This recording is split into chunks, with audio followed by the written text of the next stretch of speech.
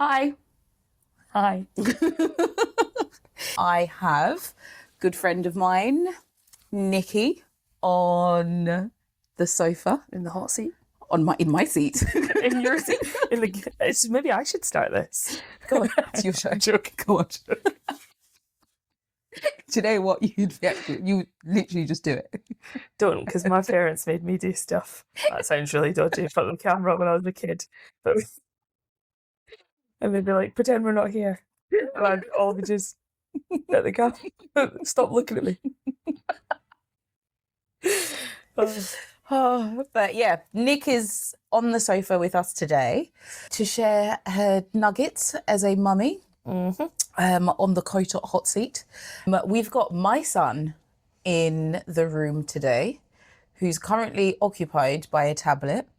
Let's see how long that will last. So if you hear Cocomelon, that was Bluey, wasn't it? Yeah. That was Bluey. Cocomelon, Bluey, or him engaging in whatever he engages in, just roll with the punches.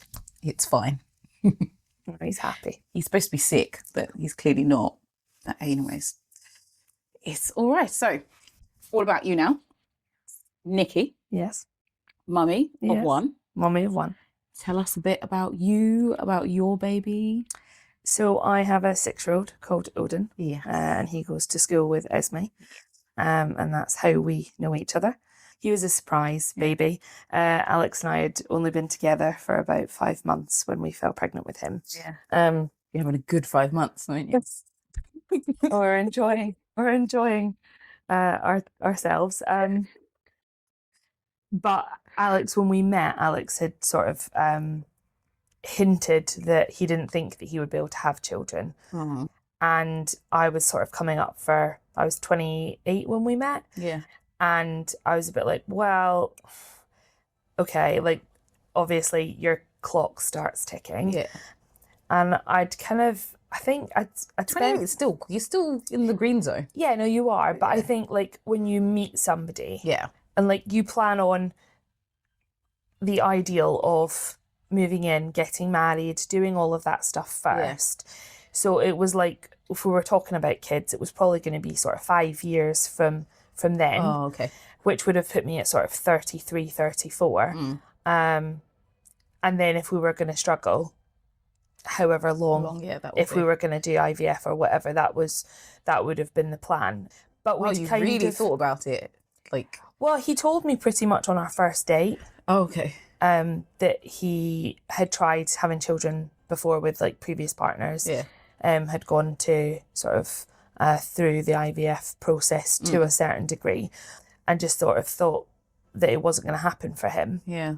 So I worked in sexual health at the time. Yeah. Had, probably oversharing, but had a urine infection, which I'd never ever had in my whole life, and thought, this is really weird. Got my friend Margaret, who was a biochemist, to dip it for a urine, for a urine dip, and she did a pregnancy test, and she came moonwalking into my clinic room. And so she comes moonwalking into my room, and she was like, "You're gonna have a baby." And I was like, "Sorry?" And I didn't believe her because I thought she was just messing about and had picked somebody else's urine dip. So I then was drinking water I don't even like water, but I was drinking water so that I could pee again. Yeah. I could dip my own because I was like, I'm not going to trust any. And then I sat looking at this test like, what? Oh my, like what? I'd been on the injection. Yeah. Which you're not meant to really fall pregnant within like the year of coming off of it. Yeah. I've got a gastric band. I'd only had my gastric band like 8 months, 9 months. And they said like within 2 years you can't fall pregnant because of risk because you've had major surgery. And I was like, okay. And then all of a sudden I was like, oops. And now I've got to explain to this man that told me he can't have kids. Well, I'm pregnant. And I thought, how am I even gonna tell him? And I don't think he knows this, but it took me a couple of days before I could tell him. Well, how are you supposed to? Because like I've tried multiple times. I'm just honest with you. Yeah. And yada yada. Alex had been in multiple long-term relationships where children were attempted. Yeah. Whereas I never was. Like I never tried for babies before. So I got home, I think it was like the Wednesday that I found out. Yeah. And then I told him maybe like the Monday, because I was like, I can't leave it any longer, because I don't know how pregnant I am. Yeah. I need to get booked in, and I need to find out like what's going on. And I went home and I said to him, so like he's a big gym goer, and I'm obviously not, and he'd been like, come on, let's go to the gym, and I was like, okay. This is before I found out, and I literally did the step machine for about 3 minutes, and just felt so sick, like I just felt horrendous. And I was like, so when we went to the gym the other day and I didn't feel very well, and you were saying like, oh, it's because you don't work out, and I'm pushing you, and he was like, yeah, and I was like, oh, he's not going to get it from that, okay. And I was like, how I said that I had a urine infection, and you've never had one before? Yeah. And I was like, well, it's a common side effect. I did my urine, and it wasn't just a urine infection. And he was like, what was it? And I was like, you just didn't get it. And then I was like, it said that I was pregnant. And he was like, oh, when's it due? In March? Because that's his birthday, and he always wanted a kid in his year, like his birthday month. And I was like, well, no, because that would have meant I got pregnant in June and we met in July, so that it would be really awkward, wouldn't it? And he was like, oh, so when's it due? And I was like, I don't know, because I don't know how pregnant I am. Yeah. We kept it to ourselves until the 12-week mark. Yeah. Mainly because Odin's the first grandson, first grandchild, because we didn't know he was a boy at the time.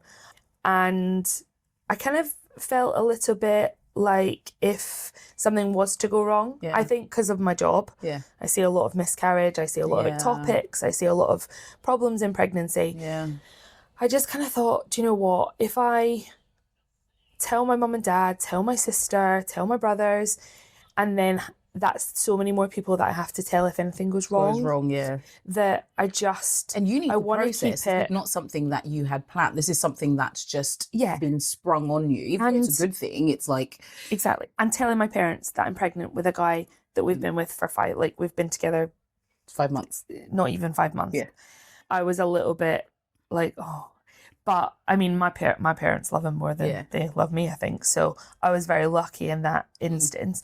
So my mum and dad moved house, and I've always been the help. Like, I've been the girl that helps. Yeah. My sister was the one that, like, unpacked the boxes and aesthetically put things around the house. I was the heavy lifter with my brother. Yeah. We've done lots of house moves. And I was kind of, hadn't told them, but didn't want to look like I wasn't doing anything. So Alex, like, I'll move the remote. Alex was like running. Alex was like running and like grabbing things from me to make it not look like I wasn't helping, but at the same time not really wanting to do anything. So I told my sister, and of course she was like, me and Nick are going to go and get sandwiches for everyone. We're going to go, because she didn't drive. So she was like, we're going to go. So we went and got food for everyone, which was obviously greatly appreciated. But it wasn't until just after Alex's birthday, we had like a Mother's Day, Alex's birthday sort of get together, and I'd brought a frame that had our 12-week scan. Yeah. And it said, the only thing better than having you as parents is our child having you as grandparents. Aww. So like they had that. And so like my mum and dad, obviously that's when we announced it. And my dad went straight over to Alex and gave him a bear hug.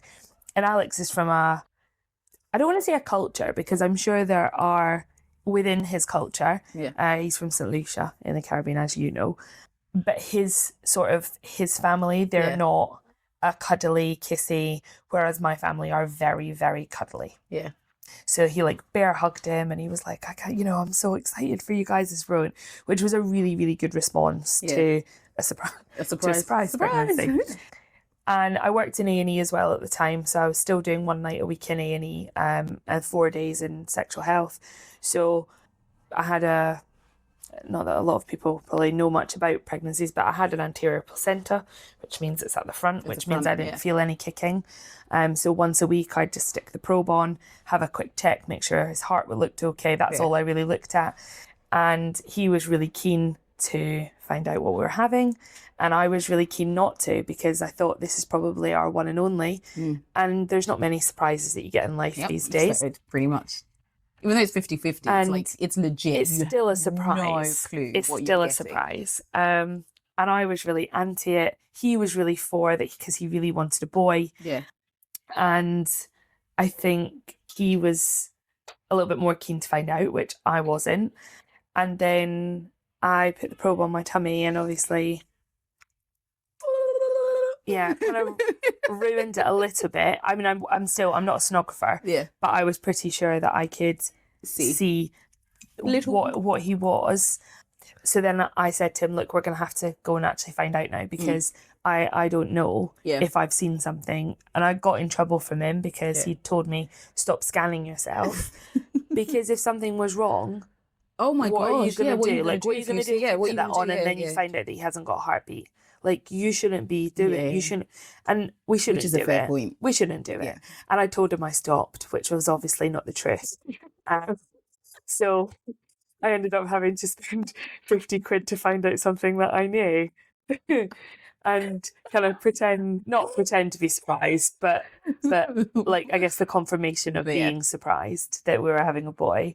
And then, we had a pretty easy pregnancy, finished work on the Wednesday, was induced on the Friday, had him on the Saturday. We won't go into we won't go into. We're not going into birth stuff. We'll do his birth story a different day, because that's a whole episode. Yeah. Separately. I think I've made peace with most of it, but we're not doing it when you're pregnant. No, we're not doing it when you're pregnant. We don't do birth trauma when we're. No, we did one, a couple of weeks ago. It was baby loss. Yeah, I think talking about complications and stuff like that when you're pregnant, I didn't find it helpful. Yeah. When I was pregnant. So I didn't necessarily mind with my, she's literally like a sister to me, because I knew it, because I was there when she went through it. So I understood it. So it was still very emotional, because it was pregnancy loss, which is very hard to deal with. And she's the most incredible woman on the planet, because her strength is beyond. Like, I was in tears, and she was like, I'm all cried out, you can cry. Yeah. Because I think at some point you do have to make peace with it, you have to, although you'll never forget, you have to move on from it. But I think I remember being pregnant and people saying, oh, this happened and this happened. And I think when you're already a nurse and you already know and have seen all of, I've delivered babies in A&E, I have delivered babies in cars, I've delivered, and luckily for me, they've all been okay.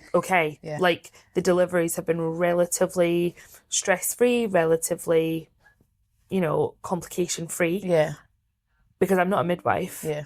And I couldn't deal with the genuine emergencies. Yeah. But I remember people telling me about all the stuff that they had experienced, and just thinking, I'm about to have a baby.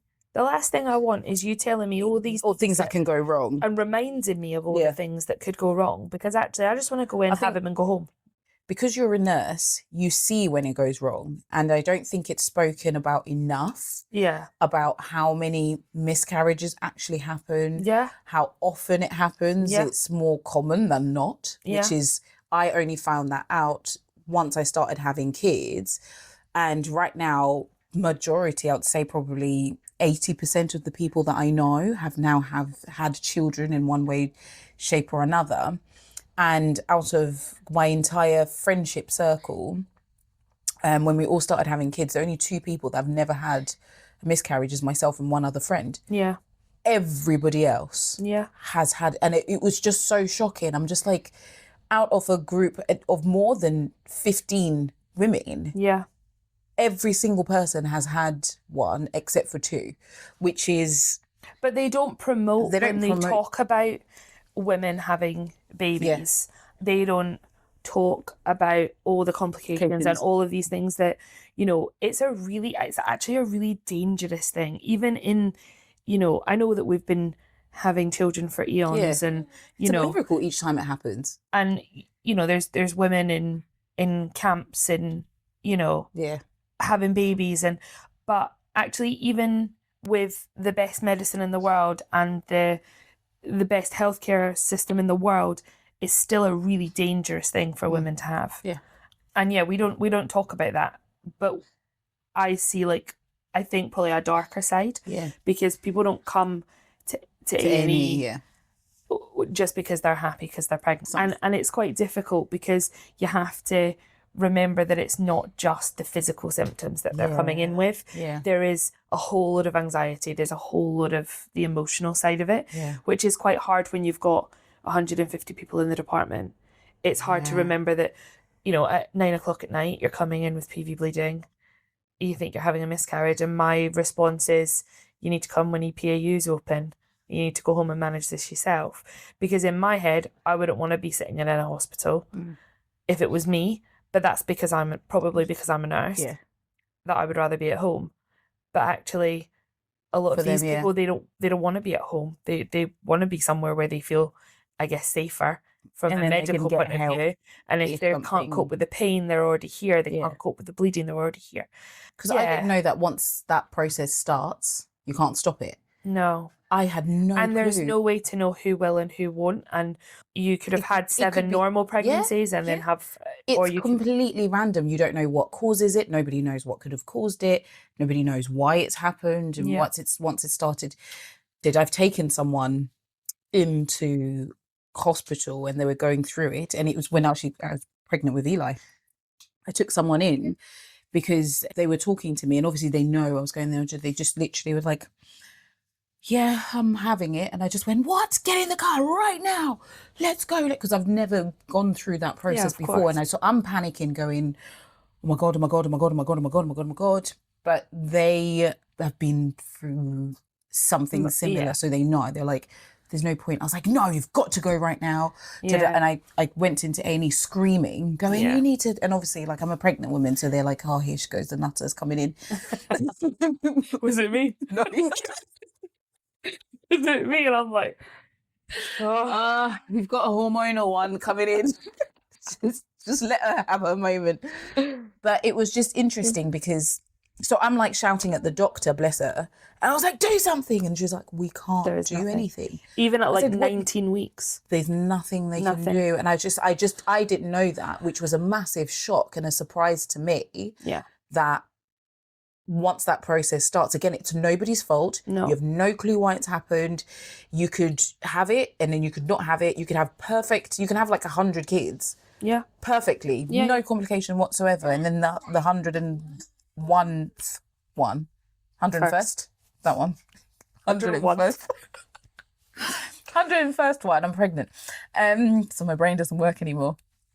Yeah, so it's upsetting, but it's just one of those things. And I think it just depends on the type of person you are, whether you want to know that information or you don't. First pregnancy, I would have never wanted to know any of that information. But because Esme's birth ended up being quite traumatic, and I didn't know that it was traumatic until after, like literally like 2 years when I started processing and actually talking about it, that I feel like some information I should have been given to better prepare me, because I couldn't neither Alex or I could make the right decisions, and we didn't know how to necessarily advocate for ourselves because we had no Scooby what was going on. Whereas I had a lot more information with Eli's birth that I could, again, advocate for myself to a certain degree. His pregnancy was a lot more complicated than Esme's. But even this time round, I'm like, I've got more information. I know what could go wrong. And I know, probably because I know the type of pregnancies I have, I can have more frank conversations with my midwife. And like when they did my bloods, I said, no, you need to test for this, because I'm always anemic and my vitamin D is always low. It's this and this. It's things that they don't necessarily test for. They do the generic test. Yeah. But if you want them to go deeper, you have to ask for it. Or they have to wait until you get the 28-week one and they go, oh, something's not right, let's test then. And I'm like, no, we're not waiting until 28 week, we're doing it now type thing. So prevention's better than cure anyway. But I mean, I think every birth is traumatic, regardless of, obviously there are definitely more traumatic ones. I mean, the reason that we have one is probably due to Odin's. I mean, I can honestly tell you I don't really remember very much of it. I don't remember. And I think that is my trauma button. Yeah. And I'm sure at some point, I mean, I think I've worked through most of it because I ended up working with the midwife. Yeah. That was my midwife here during it. So yeah, we were talking about Your brain. my brain shut off and forgot, and like it was only really when Alex was saying things that I don't even think it was that it was triggering anything. I think I was almost just repeating a story I heard. Yeah. Like I remembered it. Yep. But it actually wasn't mine. It wasn't my story. It was know exactly. It was from him. It was before COVID, obviously, because he was born September 18. But Alex and I had sort of said to my mum, like, we just want it to be the two of us. And I'm actually really glad now because I don't think my mum would have coped. Yeah. Because at the end of the day, like, I'm her baby. Yeah. And I don't think she would have been okay with me being the way I was. And then obviously Odin not being well either. Yeah. So yeah, but I think it's probably caused, not that Alex is very stoic. Yeah. He doesn't do the mental health thing, and you know, and he's pretty strong from a mental health point of view. Yeah. You know, he's ex-military, he's been trained to be a certain way. Yeah. I think he was probably trained before he even went into the military, and that's why he suited the military so well. But he doesn't really think too much or dwell too much about things like that. But I think it definitely left He's human. some scars. Yeah.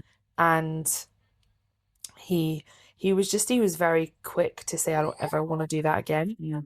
Which I kind of used naughtily to my benefit, because I was like, okay, well, I'll make a deal with you, because I knew that when he says something, he's like Odin in that if you say you're doing something, you have to do it. Yeah. Because otherwise you're breaking your word. And you know, and he was like, well, I don't want to do it again. So I knew that I had to then kind of play that to my advantage. I was like, okay, well, if you don't want to, this is what I want in return. Yeah. So we kind of made an agreement that we would just have the one, but that we'd get married. Yeah. And that we would privately educate him. I'm getting married in October. Yay. So I'm getting my part of the deal. Almost 7 years later. But it's happening. But it is happening. Yeah. So it is crazy. Alex was exactly the same, similar to you. Like, I don't even remember Esme's first feed. So by the time I came round, Esme's first, and I'm like, oh my gosh, I'm ready to feed her. And then literally Alex was like, she's fed. Like, oh no, I remember his first feed because he obviously didn't come. I had, mine was drug free. So my sort of not remembering wasn't because of drugs.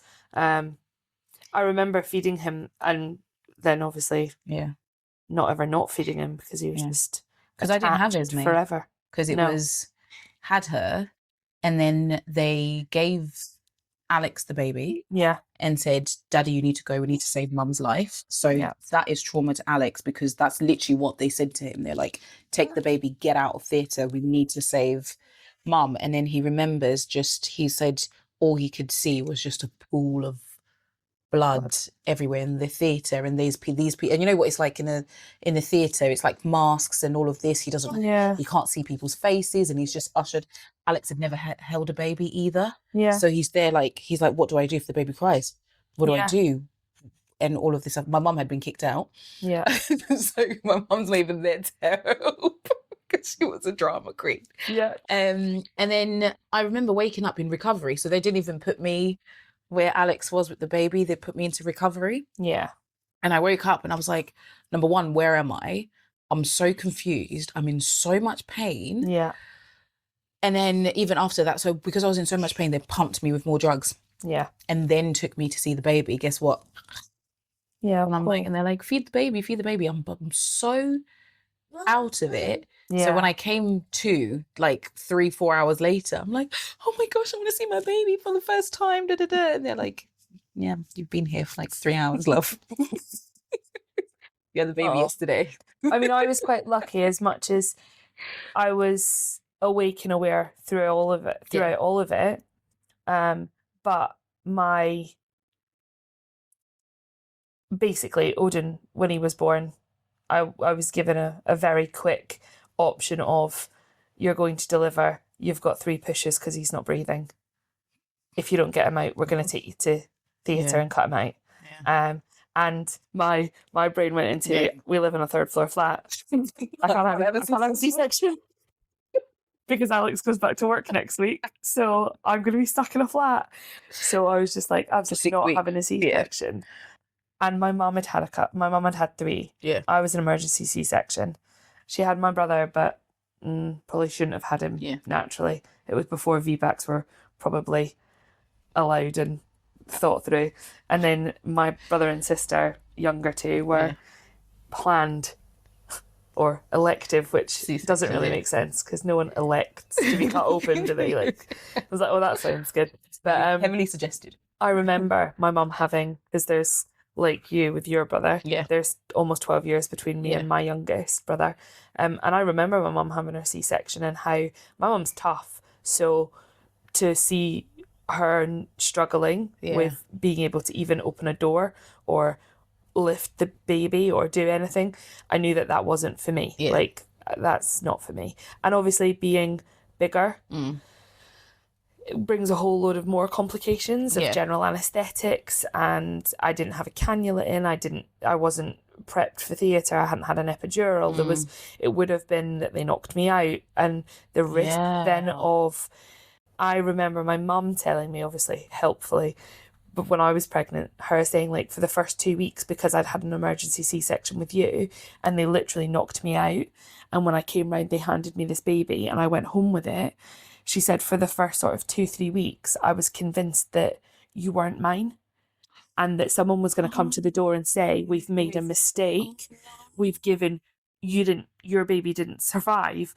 and that's somebody else's, and she said, and I would have killed and died, and there's no way anyone else was getting you. Obviously I am hers, and I've given her enough grief over the years that I'm sure she wishes someone came to the door. Like, I wish you were taken when you were 2 weeks old. Wouldn't have caused me all that hassle growing up. But she told me that, and so that I think that was still going in my head. Like, what if they put me to sleep? They don't let Alex in the room because it's an emergency C-section. Yeah. And then I don't get him, or there's a, and obviously they already told me that he wasn't breathing, which, crash bell went out, flat baby call went out. I dropped my blood pressure. I'm looking at the blood pressure monitor thinking, oh, girl. You feel like it? Guys, blood pressure's 50 systolic, what the fuck? That's not good. As they're messing up cannulas. And obviously, like, I know how hard it is getting a cannula in somebody with a blood pressure 50 systolic. Never mind being in labour. So yeah, I just think all of that was going through my head at the time. And like, all of a sudden, because you know what that flat baby call means, and like, I was in the smallest room. So when they took him, my student midwife was a girl called Rachel, and my midwife was a nurse called Ellen, and I really only met them a couple of minutes before, because they were labour ward and I wasn't ready to go there. Yeah. And then we had to go there as an emergency. And I remember her, like, getting between my legs and saying, if you don't want a C-section, you push. And I'm thinking, like, okay. And they took him straight from me, and obviously they had him out in the corridor resuscitating him. Yeah. And I remember saying to Alex, like, go with him. Yeah. Because in my head, and maybe again this is being a nurse, I just thought, I can't get up off this. Yeah. I can't move. Can't get There's up nothing off I of can this do. bed. I'm delivering my placenta and everything else. With a blood pressure of 50, I definitely wasn't standing up. And I just thought, like, if he dies, one of us needs to be there and make. Yeah. And so he was kind of looking at me, looking at Odin. And that's the stuff that we don't. The trauma that he's gone that's through. The stuff that like I forget when I'm like jokingly like, oh, should we have another one? Because he actually at that point he's like, hang on, I could lose. He thought he was going alone. He thought, where do I go? I could lose her and I could lose him. He thought he was. He thought he was going to lose both of us, and like, obviously that's not what happened. Thank God. But he and I have never had that conversation. Yeah. Mainly because he doesn't. He's not really super emotional. Like he's lovely. Don't get me wrong. Like but he's not really sentimental with regards to talking about how he feels about something. Yeah, which is a common trait. I'm not saying it's the right trait or whatever, but traditionally men don't necessarily speak the way we not speak. those feelings. Yes, not those like types of feelings of anger, feelings of happiness, yes. But not so much like I was scared or I was fearful. So he doesn't talk about those types of feelings. No, not like the I was scared, or like not with me. The vulnerable feelings. They don't talk about vulnerable feelings. Yeah. And I mean, I think that that's okay. Yeah. But I think probably like the next, I mean, he's like, he was born in 81. Yeah. And he came from quite a strict religious background, and he didn't have the same upbringing that our kids are getting. He had a very military, boys didn't talk about their feelings. Like, boys just got on with it. Girls cried, boys don't. Like, that was and that sort of toxic masculinity, like that we probably had too growing up to a certain extent. Like, but it wasn't placed on us. We just lived with it. Yeah, it was our boys, fathers. The boys are the ones who are like, you don't cry, you don't do this, you don't do this. You're a man. Crying like a girl. You're doing this like a girl. You're, whereas our children are being raised in a boys talk about their feelings, but and that's an adjustment that Alex had to do, because obviously that's not something he was raised with, and it's not known to him. It's the unknown. No, exactly. But yeah. But I think it's very important to also share the experiences, because sometimes you have negative experiences, and a lot of the times when a negative experience happens, it's no one's fault in any way, shape or form, unless if there's negligence on the medical side. But half the times some of those situations creep up on people, and it doesn't necessarily mean that just because you've had a negative experience you won't have a positive afterwards. No, of course. Because like I said, every birth is different, every pregnancy is different. I would give birth to Eli 100 times over. I was in pain, but it was the most beautiful experience ever. My mum was, the fact that I had to go, guys, where's my mum? Because I couldn't hear her. Yeah. Because normally I would be expecting my mum to be doing like whatever she's doing, screaming, crying, praying, the whole lot. Do you know what she was doing? She was sat down having a pack crisp Pringles and a cup of tea, and I literally was like, where's my mum? And they're like, she's here. She's like, I'm here. I was like, why aren't you saying anything? She's like, there's nothing to say. You're doing it without You're doing it without me, and it's fine. And I had 3 midwives here. I had a student midwife, and it was her last day of placement. Yeah. And she'd never had a home birth before. So they literally called her. They were like, get your shift. Your shift eligible. Her shift was later. They're like, swap shifts. You're going because we've got a home birth. Go. Because it was her home birth. Luckily it went. There was literally no problems, no complications, nothing. That's the dream, though. That's the dream. And she was just like, oh my God. Oh my God. Oh my God. Oh my God. We were listening to like music. Where did you have him? There. Here. Literally on the floor there. And is that the plan with this one? Yeah.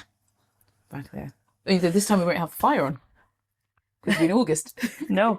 Where's it? He was in You'll be like, it'll be the paddling pill. You won't even fill it with hot water. You'll be like, just give it to be cold.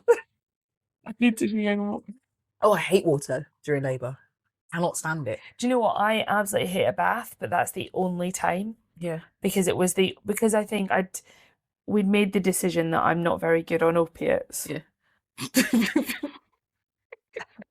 Hence why I'm your person that's not drinking, because we're not very good on no, anything. you're being a good friend, because I can't drink. No, I'm supporting pregnancy. Me.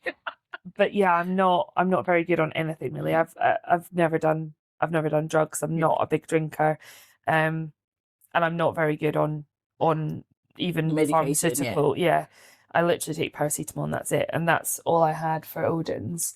So because we decided that we weren't going to have, the only thing that I could really use was heat and water. So I was like I was on ward 9, which has got like I think 2 baths in there, I think probably about 30 beds. Yeah. And I just spent about 4 hours in the one toilet. So I left like 30 women to one bathroom because I was just like in the bath, not willing to get out. And they weren't going to get me out either. So I was just like... It is what it is. But I mean, I have to say, like, everything after Odin's birth was pretty great. Yeah. Like, they were really good. We went they had to be. we went, well, it wasn't a situation. The thing is, it was one person. But it's not even that. I mean, I think now that I've kind of got over it and talked about it and made peace with it, because actually he's absolutely fine. Yeah. I think it would have been different if there'd been any sort of health concerns afterward, or if there'd been any sort of long-term problems, then maybe I would be feeling differently. But actually, I've kind of made peace with everything and I think about it from my point of view, like they deal with labouring women all the time. Yeah. So them being told, I think I need to push, is probably they get it like people coming times. in to me in A&E saying I've got chest pain, I think I'm having a heart attack. And I look at them thinking, I'm having a heart attack. I'm having a heart attack. You're eating a Twix. I'm having a heart attack.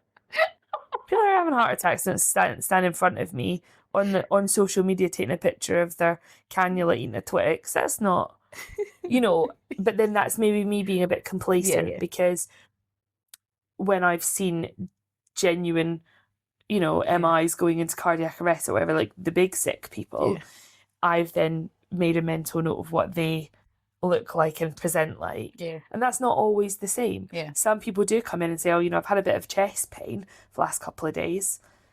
Yeah, and I'm like, okay. Alex's granddad was like that. He had a heart attack. Down, and then we find out afterwards, like, he's got shot through the roof, and I'm like, oh, bloody hell. Like, he was acting so stoically that I didn't even think that, he said it was like a 4 out of 10 pain, whereas you get, like, then other people coming in and saying, yeah, and it's indigestion. And then you've got, like, the old boys that only come in if they've chopped their hand off, sort of thing. That was Alex's granddad. They had to 10. force him to go to hospital, and they're like, please just go get checked. Went in, they're like, you've had a heart attack. He's like, what? I just thought it was a bit of indigestion. Yeah. Yeah. Again, that's very much the older generation of men, that they don't complain unless they really have to. Unless literally like an artery has been chopped open and blood is spewing out. Yeah. That's when they're yeah, I mean, I've had like farmers, especially like in general, the toughest men alive, farmers. Really? Absolutely. Like they'll come in where they've put their hand into a bit of machinery because it's got stuck, and then pulled something out, and they've literally come in with their fingers hanging off, and they're like, I've got a bit of a problem. and then you get like a 20-year-old that's knocked her acrylic nail off, and she's like,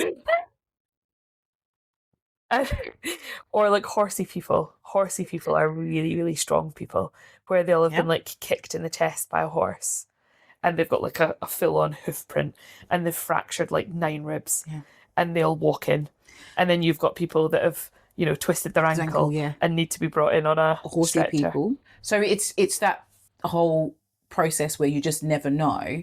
My question to you, which I've thought about as we've been talking, is if you're a medical professional, what is that process of going into a place like A&E where you see and you can see things happening that may not necessarily be the right thing, or not necessarily the right thing, what can I say?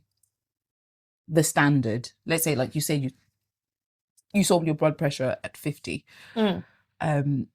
What's that process like? Because like for me, a normal person, I'll just be like, okay, I don't know. I think definitely probably a certain element of ignorance is bliss would be nice. Yeah. I mean, I started working in Milton Keynes when I was 16. Yeah. And I'm 36. So I've spent 20 years in that hospital. And I'm not going to say there's not much I don't know, because obviously there will always be things that I don't know. Yeah. But I think sometimes even just that little bit of knowledge is actually probably worse, because especially like in the delivery room, I knew what those bleeps meant. Alex didn't. So to him, a bleep going out was just a normal sound. Noise. Yeah. It was just noise. And he was very much fixated on, whereas I was like hyper alert, and it's funny because now at work, when that goes off, I get goosebumps, because even though I don't actually remember it, somewhere up here does. Yeah. And it'll make me like just have this, like my blood will run cold. And now that's not something that a flat baby call ever did before.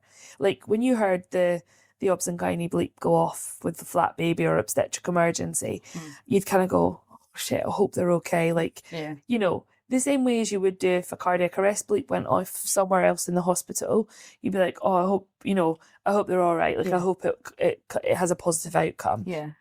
Obviously, if it's happening in A&E and we've put the bleeps out, that's not how we're feeling. We're feeling that adrenaline of knowing we're going to be going into a cardiac arrest situation. But a flat baby call, other than I hope they're okay, didn't really do anything to me. Yeah. Whereas now, I have this, that's such a horrible feeling for that mum. Like, for that, I can put myself in her position.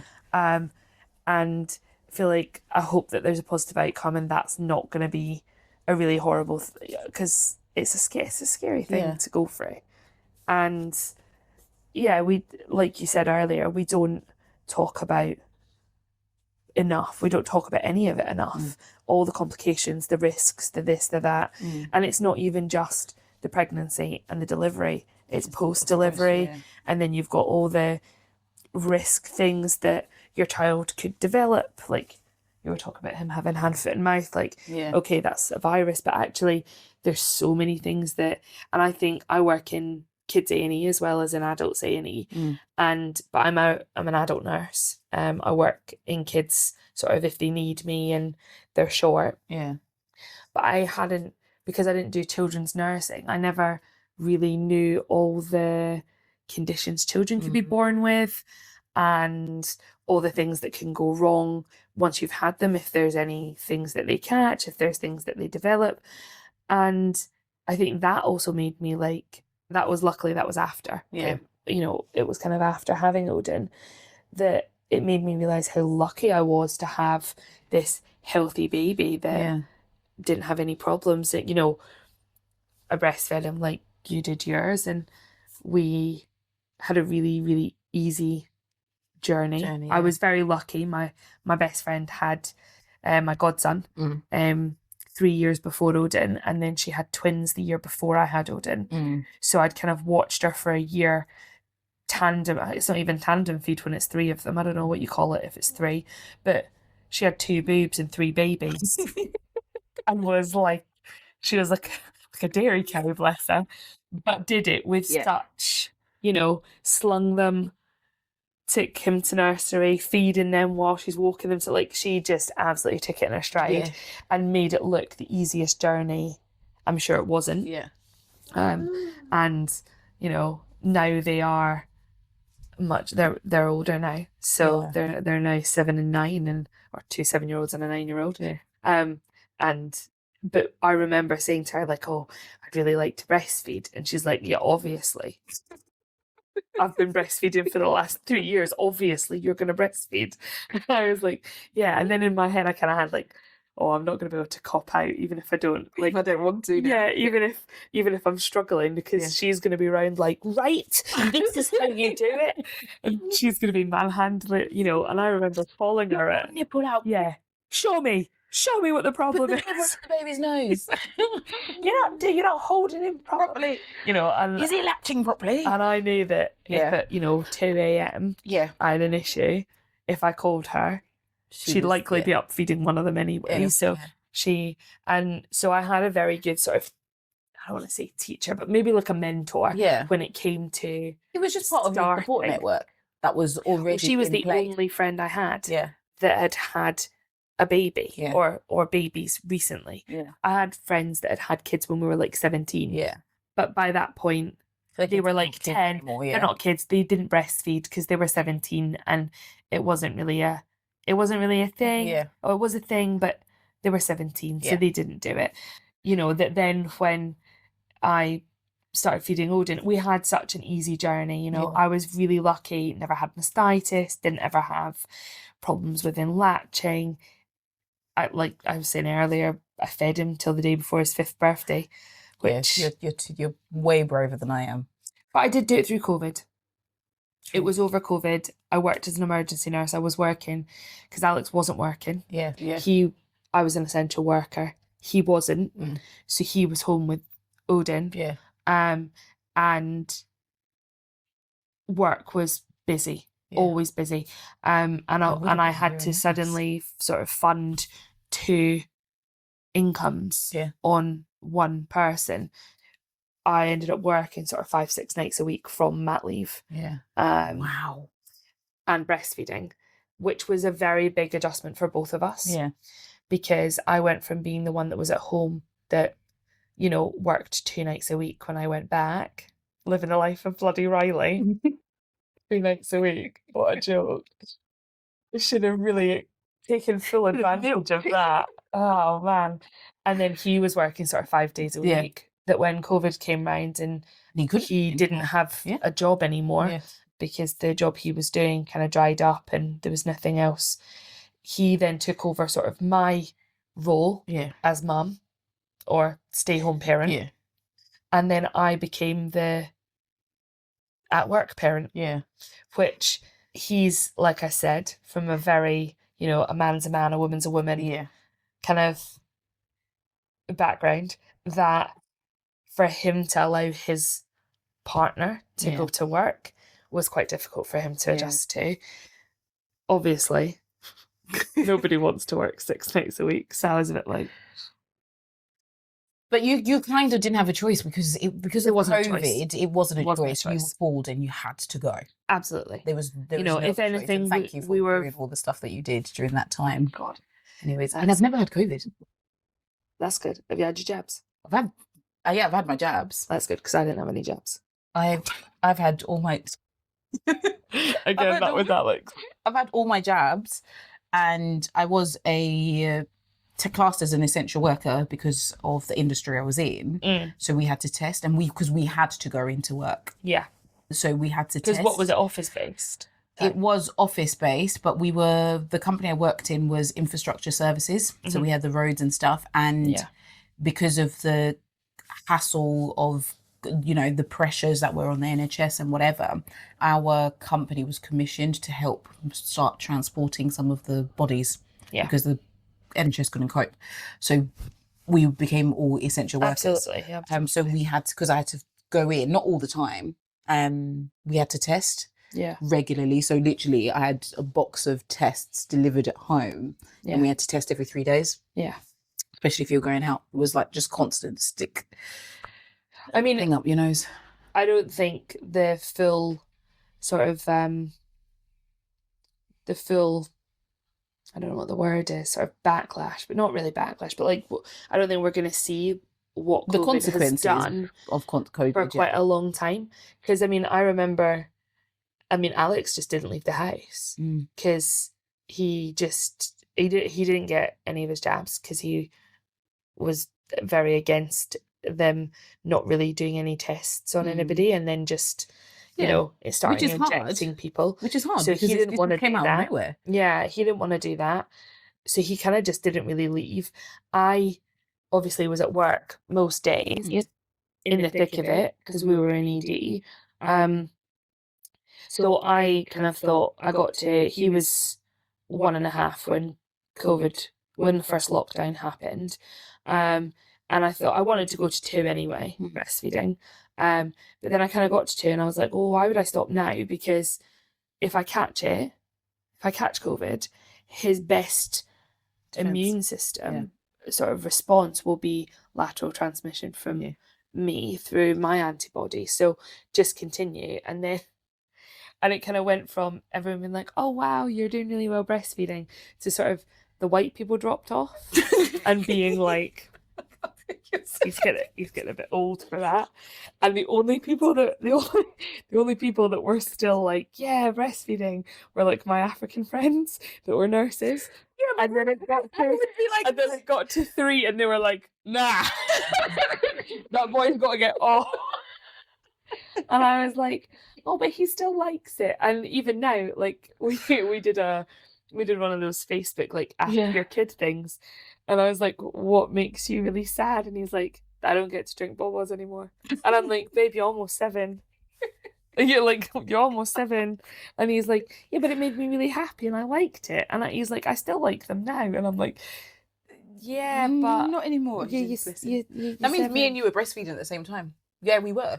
Yeah, well, we have children the same age. No, not Esme. Both. Yeah. Yeah, So and if when I was Odin had his doing latest him- one too.